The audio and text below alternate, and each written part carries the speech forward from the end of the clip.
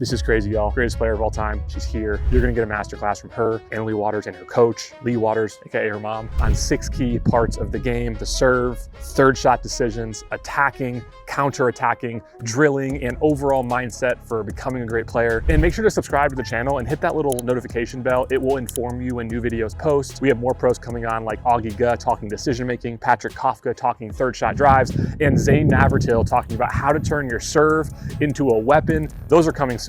But right now, without further ado, because you didn't click this video to listen to me, let's get into it. What's one thought that is really important when we are stepping up to serve? Like, what's going through your head? What would you coach somebody to think through? Well, a couple things for me. One, if you are in a tournament, definitely let the ref say the score. Even though the rule says you can start your motion while the ref's speaking, as long as you make contact after they say the score. Anna Leigh likes to start her motion, but then if the ref cadence is off just a little, Anna Leigh's hitching through the service motion. And finally, I've gotten her to the point where I'm like, let him go. Just bounce so the ready ball. to start the point. Yeah, so that's numero uno. But my main thing with the serve, 100%, is before you serve, pick your target, look at it, and then go. Because there's so many things you can be thinking about. It's just you with the ball, everybody's waiting, your mind can be going in 1,000 places, but the easiest way to kind of reset and get focused is pick a target, okay, Also, that's to your point about hitching with the ref's serve, just hitching in general, I see some people start their motion and then serve, or maybe take back the paddle and then serve. You're losing so much momentum that you're creating with your body, and by the time you're here, it's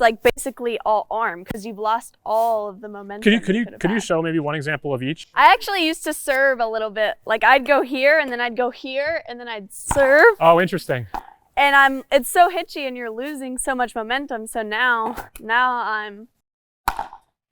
So everything is just flowing. It's just flowing and fluid, because if you think about it, in tennis, the serve is a completely different motion, you're hitting an overhead. Yeah. Whereas in pickleball, it's kind of like you're hitting a forehand. So I feel like a lot of players sometimes struggle with the serve, but then they have a great forehand. So it's just hit a forehand as your serve. And when you're hitting a forehand, you're never stopping or hitching. It's just a total fluid motion. Yeah. So if you just think about hitting a forehand as your serve, that's helped me a lot. That's really good. And do you have, your mom talked about targets. How often are you stepping up being like I know she wants to hit a forehand, or I know she wants to hit a backhand, so I'm going to go to this place on this serve? Yeah, for sure. I mean, I feel like the T serve is definitely the harder serve. So if maybe it's a tight moment in the match, I don't know that I'd be going 100% full T serve. Yeah. I feel like a corner serve would probably be more accurate. Okay. So I think it's also dependent in the match. All right, this is a tight moment. Maybe I just want to hit a good solid deep serve. Yeah. Versus okay, maybe we're up in the match. I'm going to try to hit it to his backhand, so I'm going to serve T. Okay. Or maybe somebody's unwinding on the return, so then I want to hit it,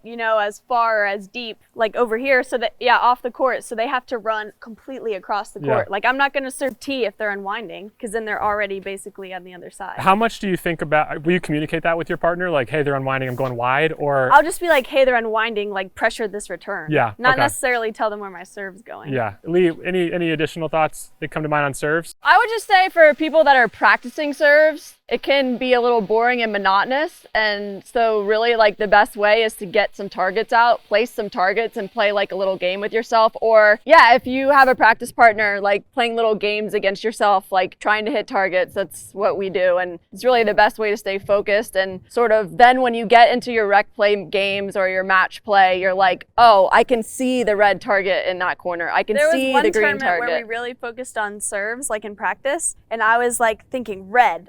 Right before I'd serve, I'd go red, I'd go green, I'd go yellow, because I knew exactly where those targets would be in my head, and it was really helping me. Interesting. Okay, well, speaking of targets, if we were to connect the serve to the third, I think the third shot decision is such an interesting one. And obviously, more drives have come into the game with more athleticism, more power, and paddles. I'm curious how you would coach somebody into making maybe one smarter third shot decisions, because there is a lot of options. So I mean, sometimes I feel like people freak out, but yeah. Well, obviously the better serve you hit, the shorter return or the worse return you'll get. So I really think that going for your serve is a big thing, because if you're getting a return here and the person's moving in, it's a lot easier to hit a third than if you've hit a bad serve, they're at the net and you're back here trying to hit a third. Yeah. But one thing that's kind of weird weird is like, if it's like short up here, it's really hard to drive. Yeah. Because not only are you moving forward and it's low, but you have like less court to work with. Yep. So I feel like up here, you should probably, sometimes I'll drive this because I'm not being smart, but. I thought you were going to say because you're you. Yeah. But I would probably drop like from here up, like I would probably drop, hit a third shot drop. And I know a lot of people say like, oh, it's so hard to hit a drive. Like if you're moving backwards and the person's hit a good return, like you're supposed to hit a drop. It's so freaking hard to hit a drop if you're like back here and the person's hit such a good shot. Yeah. And usually your drop's gonna be high or you're gonna miss it and the person's just gonna crush the next ball. Whereas if you like take a step back and hit like a decent drive, you might catch them in a weird place or you might get another ball that's easier to hit that third shot drop. Yeah. So I would say if it's like short up here, I would drop, and if it's super deep, I would drive. Okay. Anything like here, I would say is personal preference, like whatever you're better at, you should do. I don't know. Yeah, no, I totally agree, because I think one thing maybe to describe the drive, it doesn't necessarily mean 100%. Like a drive isn't you're hitting the ball 100%. You can hit the ball 100% if you want, but you can also hit a drive at like 50%. And I think like the shot that Anna Leigh's talking about, if somebody's pushing you really far back, Tyra's a perfect example. She does this so well, is just hitting a 50% drive that's sort of low over the net. And what the heck do you do with it? You just bump it back, and now all of a sudden she or her partner have an easier, much easier ball to work with, versus if I'm all the way back here and trying to hit this perfect drop, the next person's just going to come in and slam it. So there's like different variations on speeds with the drive, which I think right now, if you looked at it, a lot more people are driving than dropping because it's just an easier shot that you can do more with. Especially if you're like weird conditions, like if it's super windy or if it's really cold, it's really hard to hit like a good solid drop, because I don't know, like for me personally, I just think driving like medium pace is a lot easier.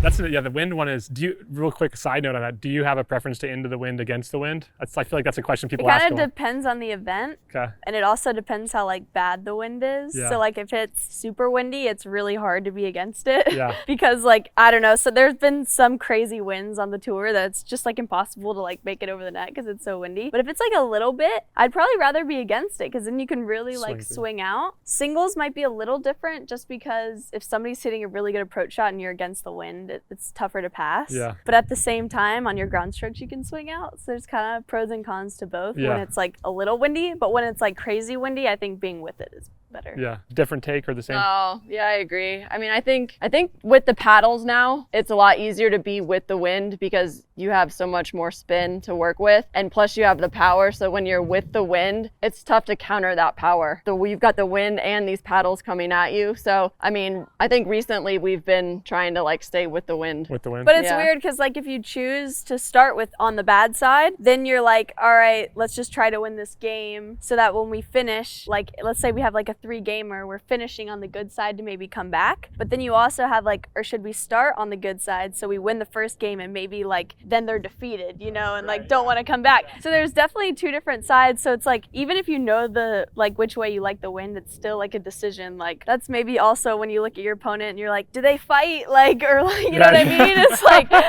Wait, if you win the first game, like are they gonna fight? Okay, that's interesting. Or if it's like, if you win the first game, does it not matter because they're gonna play the same anyway? Okay, something I've noticed, I think a lot of the women do this more than the guys, and I definitely have noticed you do it, and I saw a little bit of both just in your technique. I'm noticing a lot even on some of your drives, how you finish same side, kind of Rafael Nadal style. Yeah. I think, you look at like Anna does that. Gosh, I think Rohrabacher does that a bit. Yeah, I'm noticing a lot more people doing it. I mean, I see Ben's doing it a lot, and he does a lot on his drop. I'm just curious why? What is the reason for it? How does it work? I'm curious your take on it. I feel like you can just get a lot more spin this way. And sometimes if the ball's like if somebody's hit a really good return, you don't have time to like try to like whip it over and get to the other side. So this is just a lot easier. The only time, like sometimes I do finish this way, and that's if I have more time and I'm like kind of coming in with it. Whereas I feel like I hit this one more if I'm like staying back, because it's hard to hit this and then like move forward. Okay. Whereas like if it's an easier ball, I feel like sometimes I'll just take it and finish on the other side. Yeah. Totally. I mean, you can accelerate way faster this way than this way. I hit like a ton of ground strokes looks like this. I've noticed that. Especially in singles, like I hit a lot like this. One, you just don't have time to like really like finish and then reset. Two, like she said, I just feel like I get way more spin. Okay. It also, if you're out of position, is a lot easier to finish this way. To like, if I'm falling back and then I gotta try to. Same thing with moving sideways. It's like, because you can stay more balanced. Whereas if here, like sometimes that can be tough. Like if you were to coach, let's say a 4-0 player, and they were like, I really want to learn the topspin drop, would you coach them into hitting it like this on the drop? Not at first. I would teach just the natural first. Because if you do this the wrong way, like it's bad for parts of your, like your arm, like your shoulder. I actually, because I started doing this one like a year-ish ago, because I never really hit it this way, and I actually asked my physical trainer, I'm like, is this gonna like hurt my arm or shoulder in any way? And he's like, not if you're doing it correctly and you're using your legs and you're using your body, but if you're just using all arm, like you can feel it. If you just use your arm, like your shoulder hurts, whereas if you're using your body, it doesn't matter. So that's why if like a lower level player, when they're first starting to learn this topspin drop, I wouldn't necessarily go like go hit it like that. I mean, and also like, to be fair, that you couldn't do this like when we first started playing pickleball from a paddle standpoint. The paddles now with the grit and the dwell time allow you to hit balls like this, allow you to hit dinks like this. But if we got out our old paddles from back in the day, like if you tried to hit a ball like this, that thing's going like, that's straight not going anywhere. Yeah. And that's probably why, is that why more people were just push dropping everything at absolutely. The time? Just lifting it? Yeah, totally. A lot more people too were like slicing their drops, which in the men's side you see sometimes they'll slice it, but on the women's side, there's only like, I can probably count on one hand the people who slice their drops. Me, because I'm like you do a backhand old cut school. This or like this one. Tina has a good one. Yeah, Tina. Yeah. Mari has a good one. Yeah. Very interesting. I think the thing I've noticed the most on your drops, maybe more than anybody, I can't think of anybody who does it more aggressively. I feel like you go. I definitely miss more, but they are more aggressive. Yeah, I mean, maybe like in 2021 you missed one. But I was about to say, I don't think you're missing that many. But yeah, it seems like I'm curious just your mindset on drops, because look at Ben. He gets a backhand drop. Most of the time he's hitting a cut. That's what I typically do. I know I'm going to make that one more than not. And I feel like if you get a forehand or you get a backhand, it looks like you're looking to create something on the third a lot. Yeah. How much is that in your head? And For sure. I mean, I'm not thinking like I'm going to try to hit a winner on this, but one of my best things about my singles game are my rolling drops. So I feel like that's just what I'm most comfortable with. Like if I get a drop, like to hit that shot, and like you said, it's more penetrating. So it sets up maybe Catherine to poach or get an easier ball. I honestly like to poach my own thirds sometimes. Like if I've hit a good one, I'll come up running to try to hit an aggressive volley. But I think like if you look at like the top women, we all have pretty penetrating drops. Yeah. I just feel like maybe I hit them a little like harder. Do you agree? Like maybe not, mine aren't as spinny, but they're like a little harder. Yeah, which I think, I mean, like I said, some paddles have way more dwell time, some have more power. So, I mean, you have more of a power paddle. Some of the other paddles are softer and have more dwell time where you can hang the ball a little bit more. But Anna Leigh is just an aggressive player overall. So like most of her shots are fairly aggressive. I would say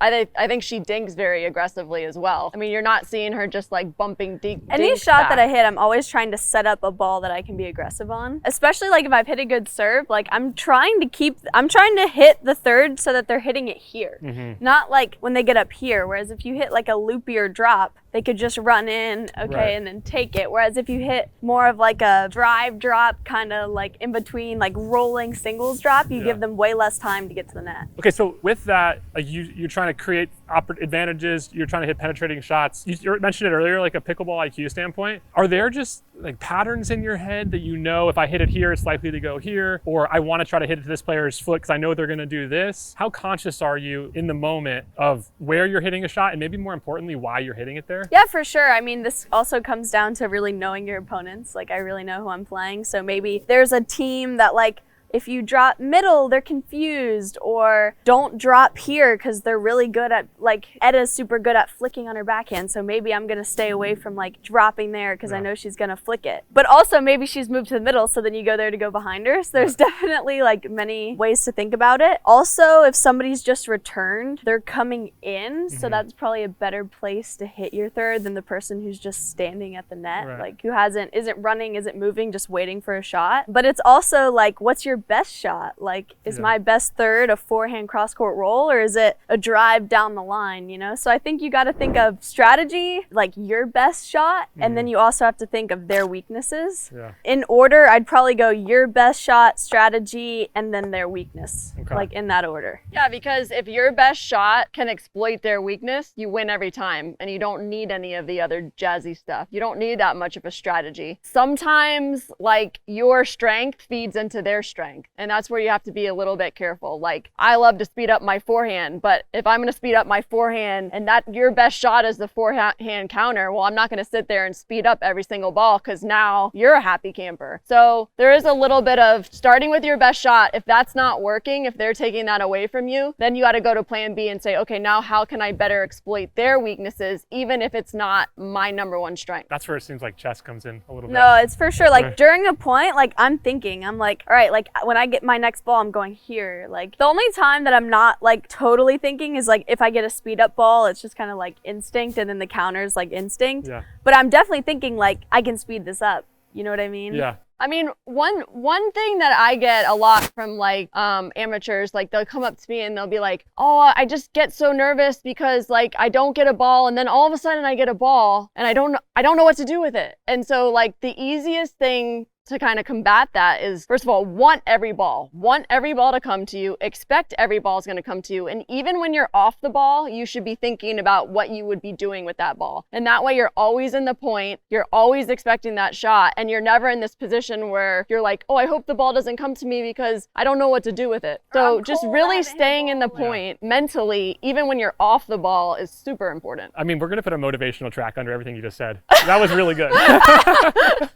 So you're saying, if, let's say we're in a point and I'm in like a cross-court dink battle with Kyle, you're saying a way for you to stay engaged is like, all right, if I'm getting a ball here, you're thinking about what you would physically do with this ball. That's really cool. Because that way, like, you're anticipating what's going to happen. Like, you know, if it's too high, then I'm ready for this. Like, you always need to be one step ahead of the ball. Sometimes when I'm playing with Catherine, this is kind of funny. Like, I'm on the left, she's on the right, she gets a dink, and I'm like, dink, dink, dink, dink, dink. I'm like trying, and then I'm like, speed up, speed up, speed up, speed up. Like, so I'm saying this in my head. I'm like, speed up, speed up, speed up. I'm like, don't speed up, don't speed up, don't speed up, or don't dink, or you know what I mean? Like, I'm like in my head, like I'm reading what she's gonna do, because like she said, if you know what your partner's doing, you can be ready. If you're just standing there and your partner speeds up the ball, and then you get a forehand here and you're not ready. Whereas if you know she's gonna speed up and you're ready, that's like a put away ball. It's the best way to learn how to anticipate, is to put yourself on every shot mentally throughout the point. So are you actually saying, like, if we were dinking right now, all four of us, like, let's just start a dink rally real quick.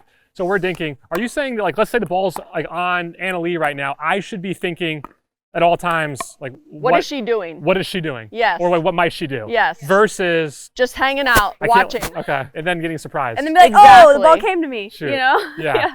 And then I get mad at you for, like, kind of popping it up, but it might have been an opportunity for me to counter it or something. Yeah. Like, sometimes people hit bait dinks for people to speed up so that you can, you know. Is that something you do? It's something I've done. You've done. I did it once. No, because like, if you know somebody's gonna really try to reach in, like, but it's gonna be a tough shot, if you're ready for it or ready to get out of the way.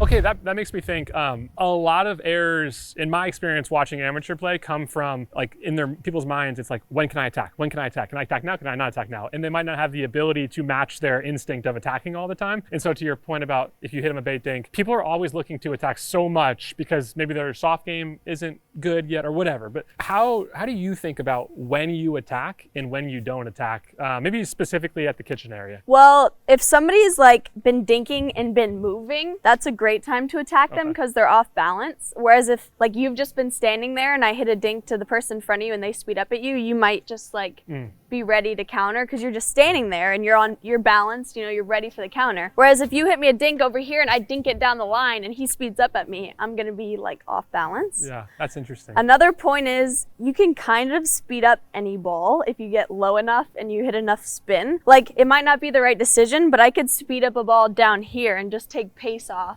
and like hit it super spinny.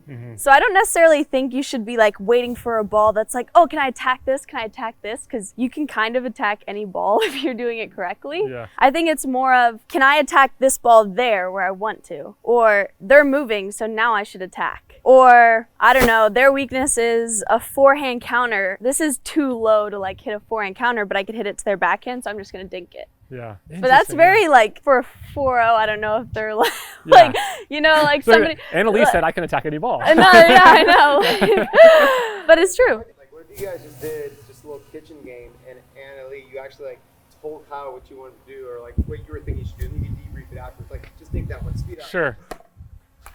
Speed it up. Just kidding. Anna Leigh, spell it. Nice. Dink, dink. Okay. Speed up. Bad Why speed did up, she know? Kyle. Bad speed up. Why was it bad speed up? Is that what No, happened? why you should have sped up that ball. Oh, you tell me. Well, the first one that I said to dink was a very penetrating dink, and you Yeah. had to take a step back. I feel like if you have to take a step back to hit a speed up, you probably shouldn't be speeding it up because it's obviously a good dink. So that's why I said dink there. I said speed up there because you could take a step in, the ball was a little higher, so you could hit a better speed up on it, and you picked a spot there. If you're speeding up here and you go there, you're leaving your line wide open. It's my first time playing. So I think it was the right time to speed up. You just picked the wrong spot. Okay, where should I have sped up if that ball was there? I would say his backhand middle or her backhand. Okay, real quick, just give me that ball real quick. It was kind of right here. So I did here, and then she hit it to your backhand and you missed it long. but it was lucky. I was there. I think. I mean, The only way that speed up across her body would work is if you kept it like super low. Okay. Yours was like higher. That's why Yeah. like that, like I would hit that shot, but like I would say for like a 4-4-5, like probably I wouldn't hit that shot. So Zach gives me the ball right here. I'm probably either going Zach's backhand potentially, or I might go more into this Middle, spot. Oh, yeah.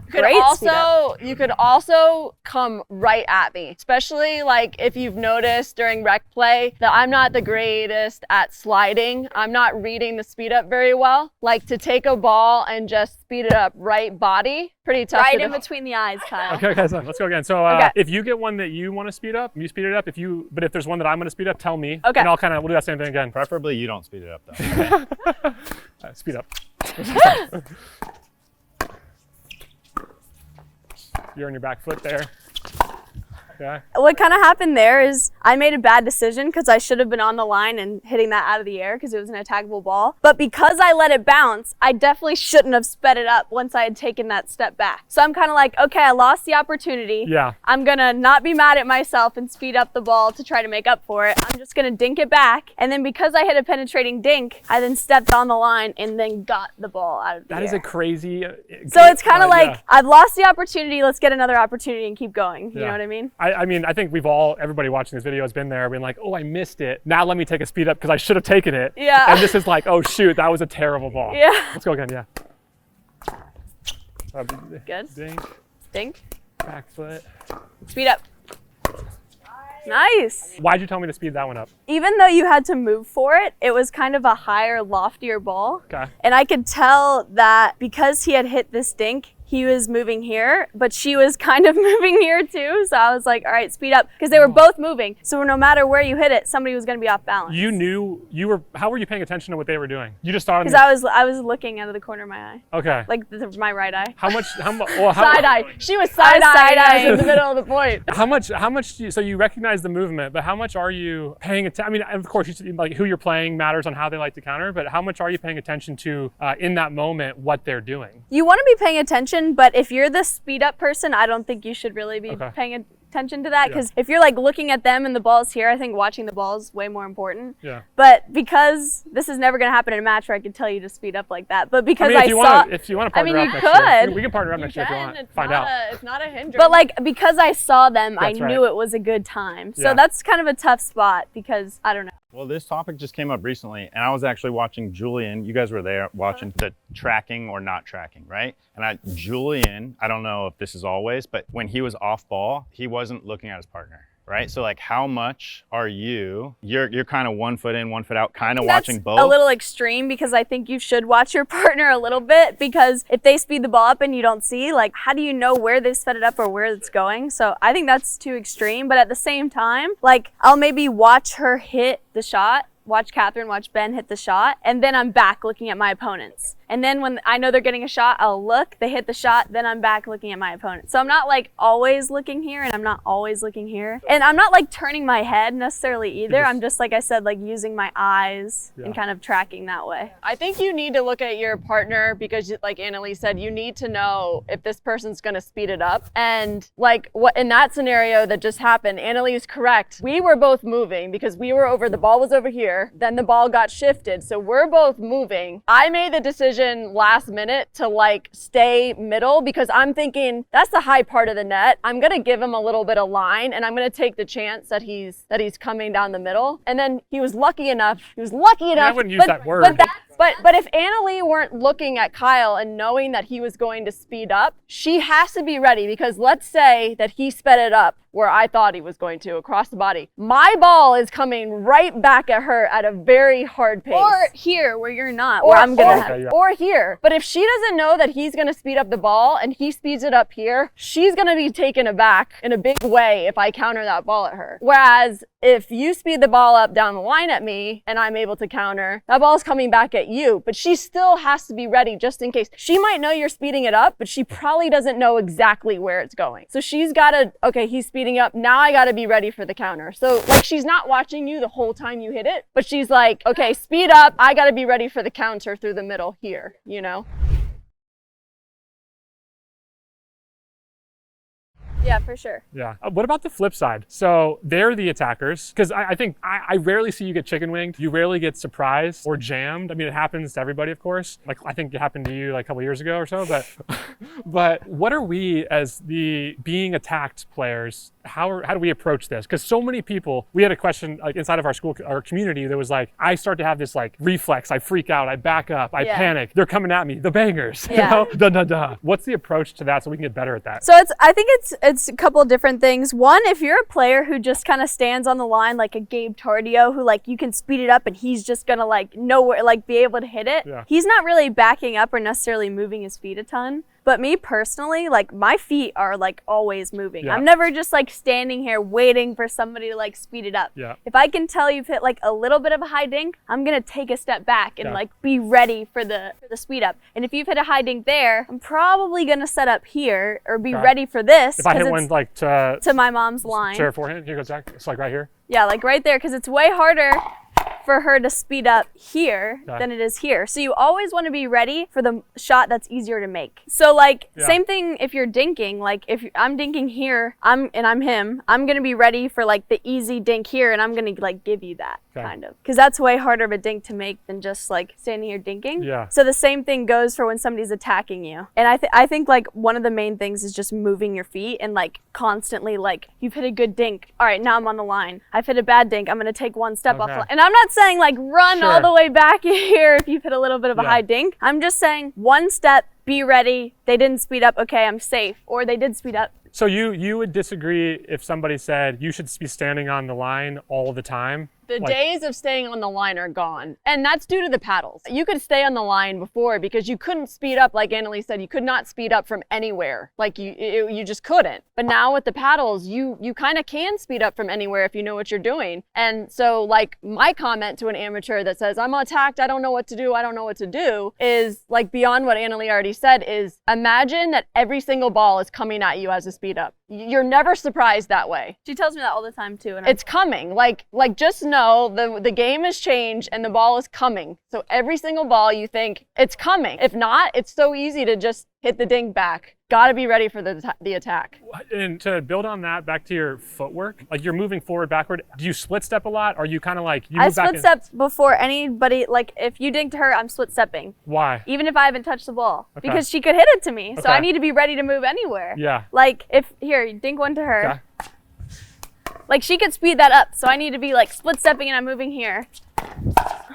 Like if I don't split step and be ready, I'm just standing here. Like for you, is it like purely the split step is almost like a preparation mechanism? I don't even think about it. It just happens. I'm like, be ready, be ready. Okay. Like, I mean, the guys are way better at holding the line than the women are, and it's just because they're bigger, they're stronger. It's just they can take a one-handed shot and be aggressive. Whereas if I stand here and somebody hits it here, I don't have any. Like some women do, but I have like no power here. So I have to be able to turn my body body and hit a backhand, or turn my body and hit a forehand. Yeah. And I can't do that if I'm just standing here, no split step whatsoever. I'm just gonna get eaten up. How do you decide which one to do? Because I mean, it depends. Like I'll just be like, all right, they're going across here, so I'll slide here. If they're going, so could you dink one to him and show Zach you got the ball? So if he's got a forehand, it's a little different because I have to also cover middle. Okay. So like I'll probably like set up here, but if he then hits it to my forehand, I'm ready. And if he hits it a little bit in here, I'll slide to my backhand. So you lined up pretty neutral? Like lined up completely neutral. Completely neutral. If I'm playing mixed, it depends on the guy's tendency. Like if the guy speeds up a lot through the middle, I'll sit here. Okay. Whereas if the guy tends to speed up line a ton or flick line a ton, then I'll slide this way. So you're making some real adjustments. Real adjustments throughout the match, for sure. And especially like, let's say my mom's favorite shot is forehand across my body. So I'm gonna slide to my forehand most of the time. And then if she hits it to my backhand, I'll quickly like reset it. Okay, so if you get surprised. So if I get surprised, it's usually a reset. Okay. Unless I have enough time to switch. Yeah. But I feel like that's why too you see a lot of resets in the women's game from like back here, yeah. because they're expecting here, it's not there, so we reset and we get back into the point. Yeah. So you were saying, if I understood correctly, that extra step back gives you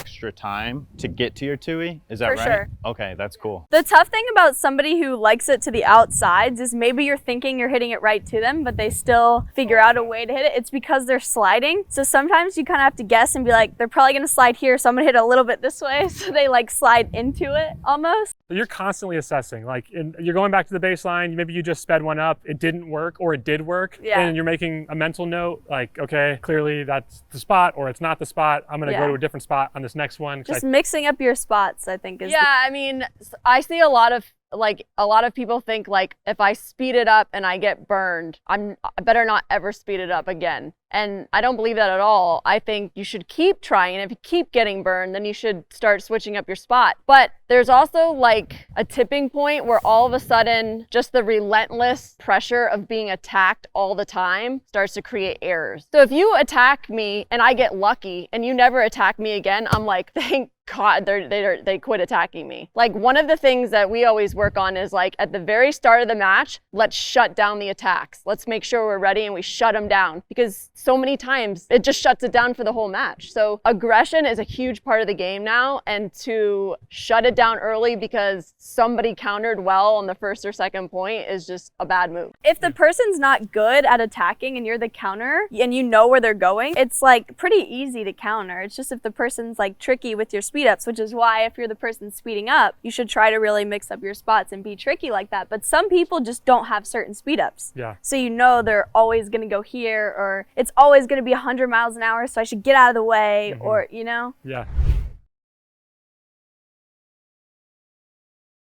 We have this, I think I told Anna Leigh, but we have this online community. And so we have like 700 people in it, and we asked them to submit a bunch of questions. And there was a number of questions in there that were around drilling. And so like people have questions about like, how much should I drill? It's like, well, if you're drilling never, you probably should drill some. But I want to frame it like this. On YouTube, I came across your first ever match with Ben at the Desert Ridge tournament. We were down in that in the third as yeah. well. And it was interesting watching your play, because your play has obviously improved so much over the course of 3 years. And it's also kind of an interesting thing to watch. You know, you've been number one since then, you know? And so like at times it could be easy to, like, I think, get complacent or not drill as much or train as much, because you're just like, I'm winning everything. What is it? What did your training look like, say back at that tournament when you were playing Desert Ridge, that time in your life? And now, like, what does it look like for you to approach drilling? I'm pretty sure that tournament, it was probably no drilling, honestly. Or Yeah, very not little. a lot. I think maybe because Ben actually came to our house and we played for like a week with him, and it was like a lot of drilling, that was probably the most I had like drilled in a consecutive week, probably like ever. We just played like tons of rec play. Yeah, like we'd go play like 4 hours of rec like every day. So I definitely since then progressively more drilling.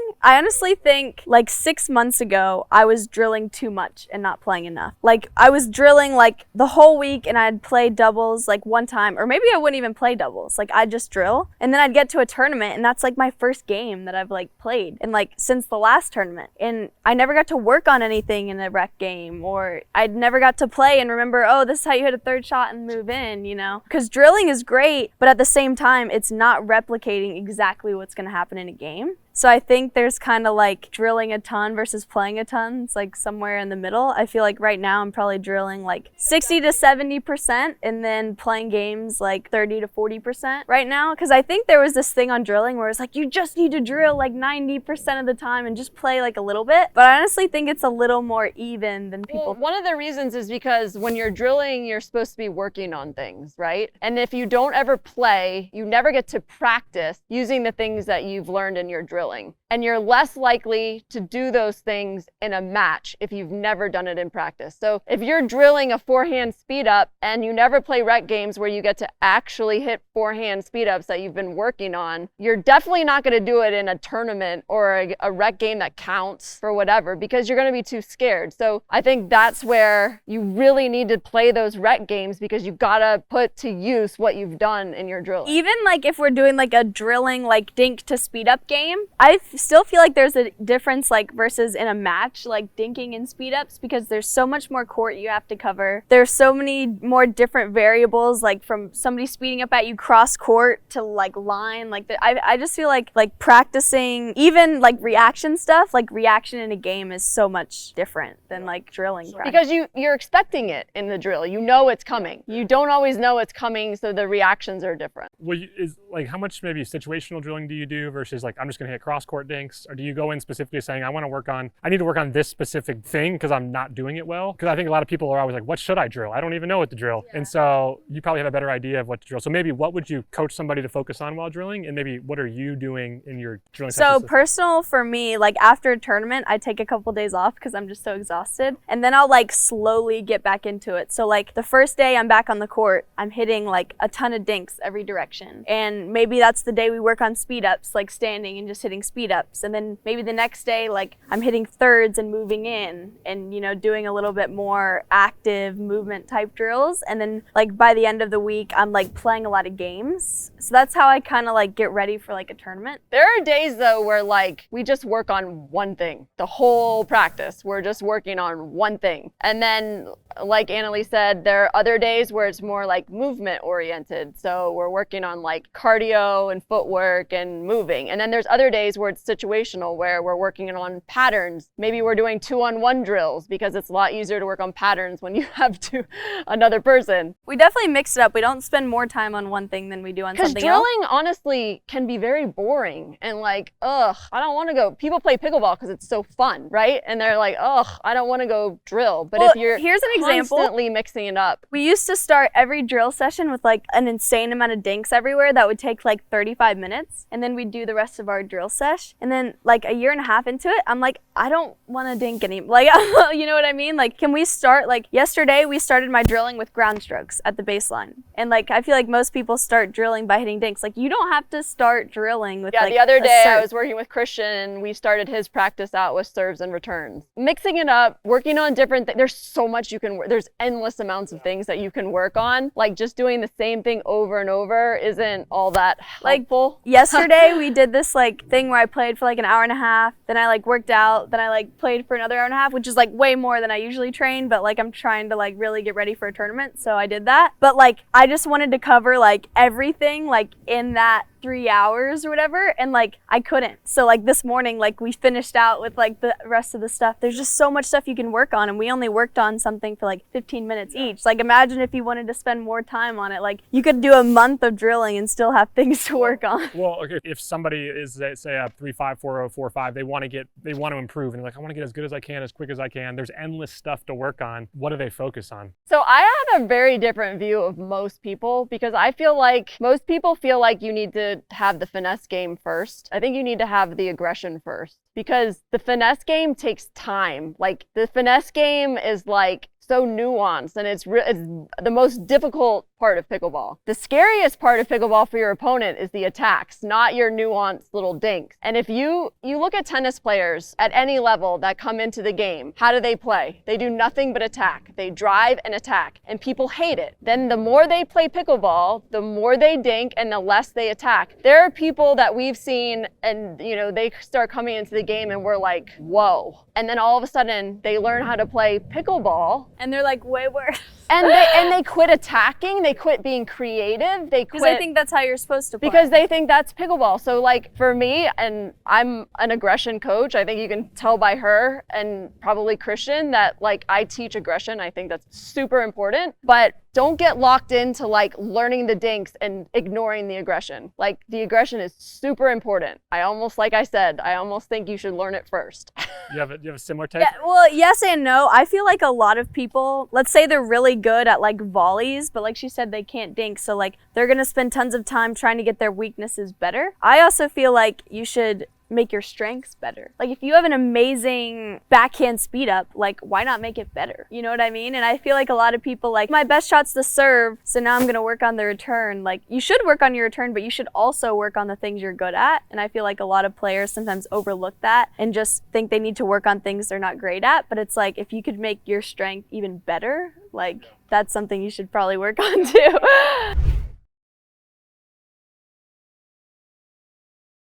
Just listening to both you, I think back to the really beginning of the video about the IQ, it seems as if, I mean, this is such a thinking game, and it seems like you're nonstop thinking during the match constantly. Yeah. You two as it's the coach. It's such a mental, like you see us players like go to the bench and like close our eyes or just like stare. We're like constantly like thinking like, what do I do? Like I need to keep doing this. Like that makes me think like from a mental standpoint at the Masters, I think you and Ben were playing Tyra and Christian, and you were, I think it was 4-9, and I think Ben missed a return to go to 4-10, or 4-9, and so you called timeout, you guys go to the bench. If you close, what was going on at the bench at 4-10, and you're about to lose in that moment? What's going through your head? I mean, we know we can come back, but at the same time, we've had like absolutely no momentum. So I think that's a thing where like 1 or 2 points can kind of change a match, because we came out of the timeout, we reset a little bit, nobody missed a return, and we won those 2 points. So honestly, it's like everybody's like, oh, did you think you were going to win? When I'm down 4-10, no. Like, yeah. But then once we got the 2 side outs, I'm like, okay, now we have a chance. Like maybe we could win now. Yeah, I think if you go back and watch a few of those points when they came back in, it became less about being aggressive, like lowering the risk on their shots. Even I think Ben gets a bunch of high balls here. You can tell he's hitting it hard, but he's not going for outright winners. He's going for placement and spin, because you cannot afford to lose those points when you're down 10-4 and they're serving. So you really have to come in with a mental mindset of like, okay, like even if I get that speed up ball, I'm going to take it. I'm not going to not take it, but I've got to be very high percentage with it. And if I get the ball up here, I have to be super high percentage with it. But you also don't want to take that to the extreme and come out and be super tight. I can't miss a ball. It's like somewhere in the middle. It's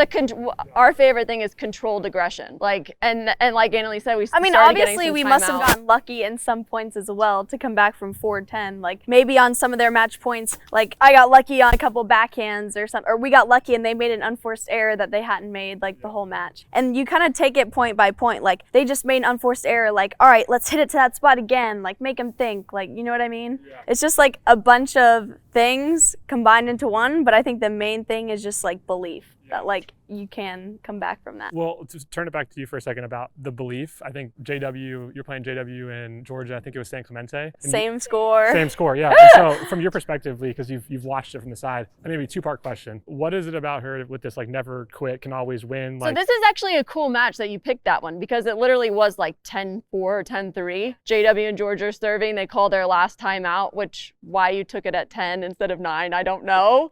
She did something you didn't know. Anyway, she comes over to me, and like a lot of people would come over and be just totally dejected, like we've lost, like how did we get to this? She comes over to me and she's like, all right, Mom, what do we do? What do I do? I'm not losing this match. What do we do? Tell me what to do. Like, and my dad's like, you're winning this match. And I'm like, yeah, I'm winning this match. Yeah, and like it's just the belief that you can be down 10-4, and pickleball is a game where you see that happen a lot. Because people get tight at 10, and it's a game of runs. I actually sped up on both their match points, sped up balls to J-Dub's backhand. Yeah, so that's not the really controlled aggression that I was talking about earlier. No, they were good speed ups. Yeah. They were controlled. Anything speed upable. I mean. Yeah. Well, and honestly, J-Dub was pushing middle real hard, was one reason why they probably got up 10-4. So going behind him was probably the smart shot. But yeah, just Anna Leigh, like how many singles matches have you come from like death to winning? It's just the knowing I can come back and the belief that you can do it. And it's amazing what the brain can do for you, because the minute your brain thinks I can't do it, your body literally can't do it. It's like proven science. Like whatever you tell yourself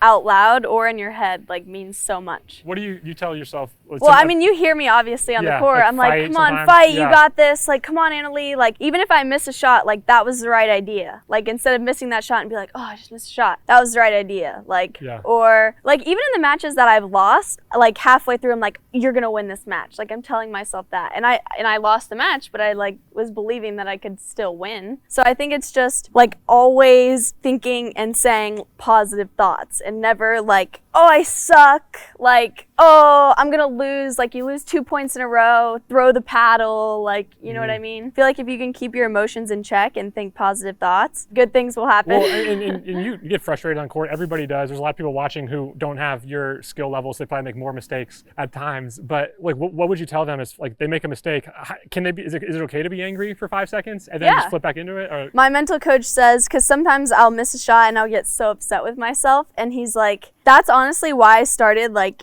yelling things, because I'd do that and then it's gone. And he's like, it's okay to go crazy for a second after you miss a bad shot or you miss a shot you should have made, as long as right after that you're getting back into being yourself. Like, you miss a shot, be like, oh, and Anna Leigh, like, but then I'm like, all right, let's go, next point. Don't say, oh, I suck, because like try to keep it to some sort of like a yell or like a, you know, one of those, but not like a, oh, you suck. Like that's like a way to get that energy out that you might otherwise just like, if you don't say something, you just walk back and then like the thoughts are there. Are you saying like that's a way to like dispel? Get it out and then reset. Hey, well, thanks for doing this. This was amazing. I think for everybody watching, it's going to be really valuable, and I learned a lot too. Like I'm going to attack through the middle from now on. Hey, thanks for watching. Make sure you follow Anna Leigh and Leigh over on Instagram. Here's their handles right here. And if you want to learn more about my online pickleball school, go to ThatPickleballSchool.com. We have exclusive content that doesn't exist anywhere else, and a structured way to help you get better. You'll get personalized coaching from me and my team, and you'll join a community of obsessed people trying to get better at this game. All right, see you all in the next one. See ya.